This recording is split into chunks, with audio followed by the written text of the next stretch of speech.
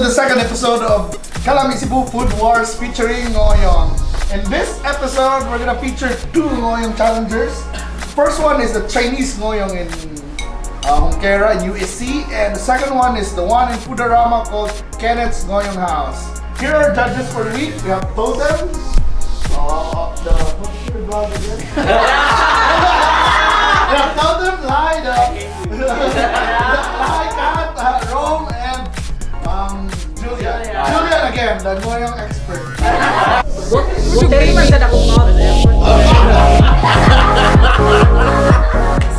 Okay guys, it's time to taste the Ngohiongs.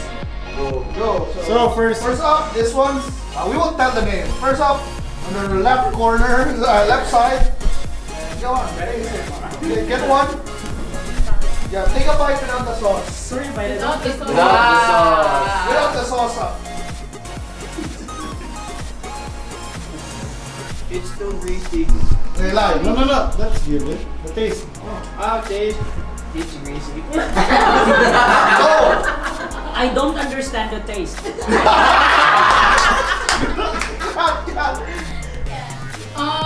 Bukan ko may sud niya.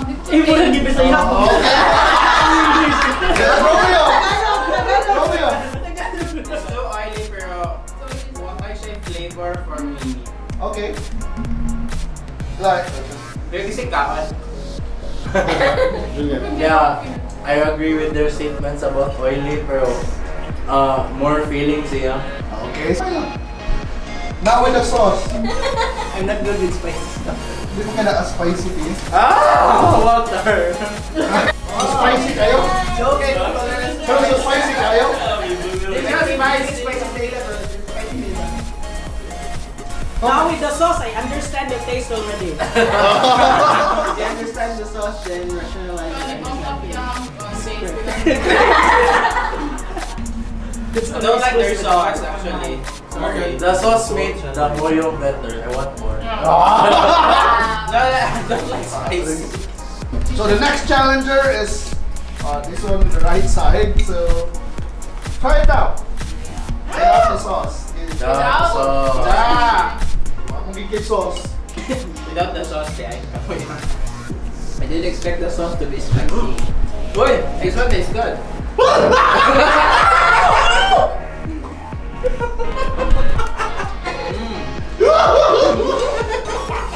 I saw it.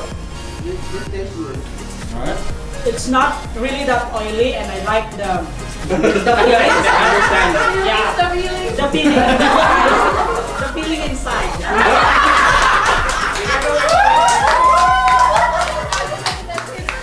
It's kind of sweet and yeah, good. Flavorful. Yeah, I like this. I like this. I love it. Mapap yung flavor. Wow!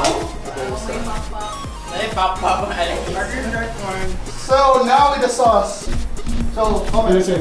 Nothing changed. Okay. Haven't changed. Alright. I like the Ngohiong, but I like the sauce for this one. So you like that Ngohiong? That one, The Ngohiong and the sauce. the sauce. Spoiler. How do you find the Ngohiong now with the sauce? More should be sweet.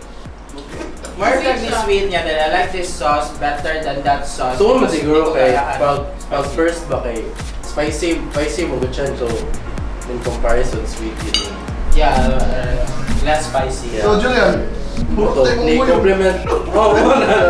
Ni compliment siya sa Ako kay Yudge Food. Yudge. So ngayon ko ninyo kung kani is 10 pesos and 7 pesos niya. Ah? This is 7 pesos, this is 10 pesos. I go for 10. Yeah, I go for that. Yeah, I also go for that. Now they have finished eating our Ngohiongs for the week and it's time to judge. So on three guys, take your pick. 3, 2, 1. Woo! I love it! So the winner by unanimous decision, 5-0, is Kenneth's Ngohiong House of